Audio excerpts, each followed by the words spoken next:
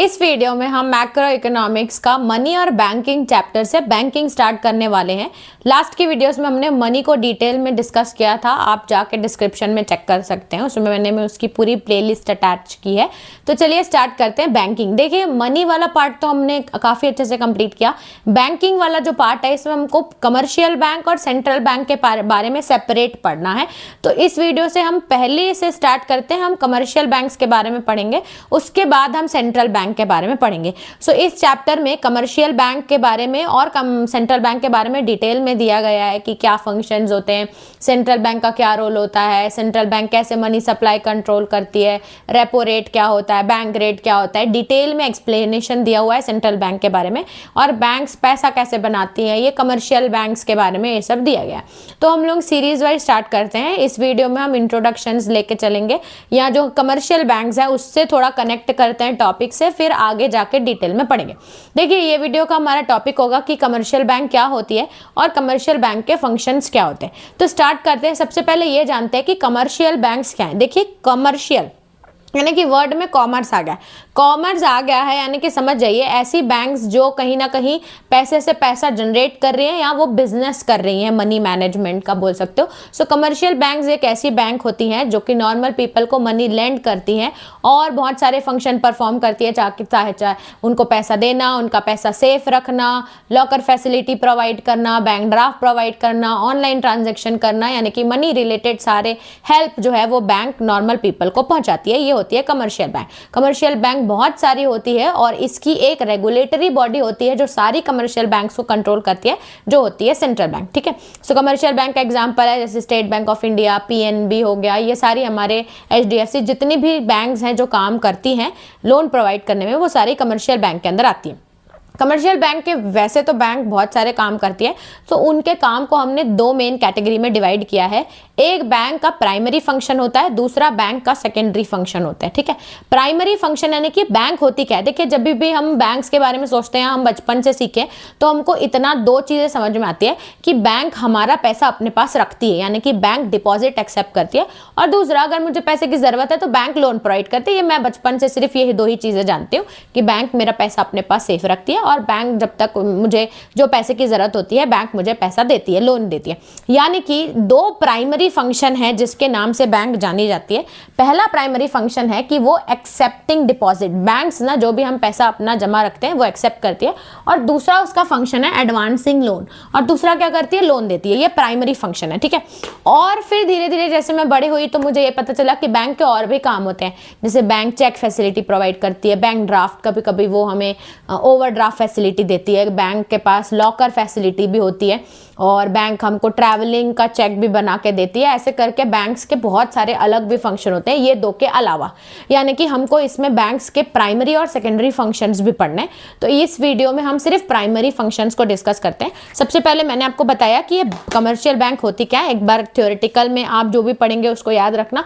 क्या दिया हुआ है, ये एक ऐसा इंस्टीट्यूशन है जो कि परफॉर्म करता है फंक्शन, जैसे कि डिपॉजिट को एक्सेप्ट करता है, जो भी हम पैसा देते हैं, ये हमको लोन देती है और इन्वेस्टमेंट करती है ताकि प्रॉफिट कर सके, कहीं ना कहीं पैसा इन्वेस्ट करें या लोगों को लोन दे रही है जिनसे वो और प्रॉफिट अर्न कर पाए। ये बैंक एक इंस्टीट्यूशन होता है। ये कमर्शियल बैंक का हमारा वो है, डेफिनेशन है। ठीक है, उसके बाद एग्जांपल है जैसे एसबीआई, पीएनबी, कैनरा बैंक, ये सब कमर्शियल बैंक के एग्जांपल है। फिर नेक्स्ट इंपॉर्टेंट टॉपिक आता है हमारा फंक्शंस। फंक्शंस है प्राइमरी सेकेंडरी। इस वीडियो में सिर्फ हम प्राइमरी फंक्शन देखेंगे।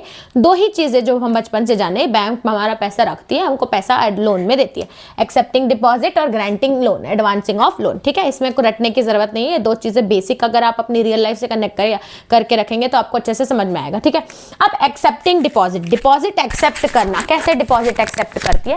तो ना बैंक के अलग अलग अकाउंट्स होते हैं। जैसे बैंक ना जैसे फॉर एग्जांपल मैं एक नॉर्मल हाउस होल्ड की बात करूं, जैसे फॉर एग्जांपल मेरा कोई बिजनेस नहीं है, मैं जो डेली अर्न कर रही हूँ, जो भी मेरा पैसा है उसको मेरे को एक जगह रखना है, चैनलाइज करना है, तो बैंक कौन सा डिपॉजिट एक्सेप्ट करती है, सेविंग डिपॉजिट। ठीक है, अगर आपको as it is normal household आपको अपना पैसा कहीं पे सेफ रखना है तो उसमें वो सेविंग डिपॉजिट होता है। ठीक है, सेविंग डिपॉजिट आता है नॉर्मल हम जो पैसा।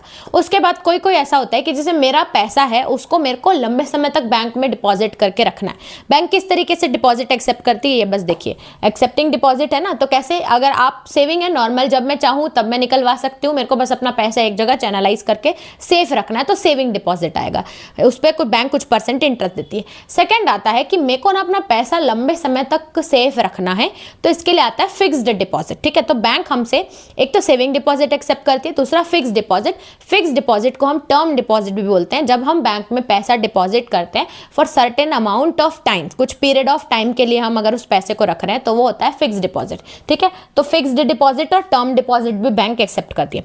थर्ड होता है current account deposit. Current account deposit यानी कि फॉर एग्जांपल मैं बिजनेस करती हूँ और बिजनेस में मुझे जब चाहिए पैसा निकालना है, जब चाहे पैसा ज़्यादा भी लेना है, या कंटिन्यूसली बैंक से ट्रांजैक्शन पैसे का लेन देन मेरे अकाउंट से होते रहना चाहिए। प्लस अगर मेरे अकाउंट में कभी पैसा कम हो तो बैंक मुझे अपनी तरफ से कुछ पैसा दे दे, सर्टेन टाइम के बाद मैं बैंक को लौटा दूंगी, ओवरड्राफ्ट फैसिलिटी बोलते हैं। तो जब बैंक करंट अकाउंट यानी कि बिजनेस वाले पर्सन का अकाउंट मेंटेन करते हैं, उनका अकाउंट को मेंटेन करती है, उनसे डिपॉजिट एक्सेप्ट करती है, तो वो करंट अकाउंट डिपॉजिट होता है। तो बैंक डिपॉजिट एक्सेप्ट करती है किसका, अगर आप सेविंग के लिए करें तो सेविंग डिपॉजिट, फिक्स्ड टाइम के लिए करें तो फिक्स्ड डिपॉजिट एक्सेप्ट करती है, या तो करंट यानी कि जितने भी बिजनेस पर्सन है, ठीक है, बिजनेस जितने भी पर्सन है उनके लिए ये सब एक्सेप्ट करती है।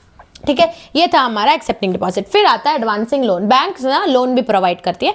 लोन तीन तरीके के होते हैं, एक होता है कैश क्रेडिट, या तो डिमांड लोन्स प्रोवाइड करती है, या शॉर्ट टर्म लोन्स प्रोवाइड। सबसे पहले शॉर्ट टर्म लोन की बात करते हैं, जो हम रियल लाइफ में जानते हैं ना कि बैंक से अगर हमको लोन लेना है तो हमको कुछ ना कुछ कोलैटरल गिरवी रखना पड़ता है, कोलैटरल सिक्योरिटी रखनी पड़ती है, तब बैंक हमें लोन लेती है, उसको शॉर्ट टर्म लोन बोला जाता है। ये हमारे पर्सनल लोन रहते हैं, इस पर हम बैंक को कुछ सिक्योरिटी यानी कि गोल्ड या घर के पेपर्स या ऐसे कुछ भी चीजें जो गिरवी रखते हैं वो सब शॉर्ट टर्म लोन होता है। फिर एक आता है डिमांड लोन। डिमांड लोन ऐसे होते हैं जैसे फॉर एग्जांपल मैं बैंक के पास गई, बैंक से मैंने 10 लाख रुपए लोन लिए और बैंक ने बोला तुम ले तो जा रहे हो 10 लाख रुपए, लेकिन हम इसको कुछ टाइम के बाद कभी भी आपसे मांग सकते हैं और आपको कुछ टाइम देंगे। जैसे फॉर एग्जांपल आज अगर बैंक ने मांगा तो उसके कुछ टाइम बाद आपको वो वापस करना है।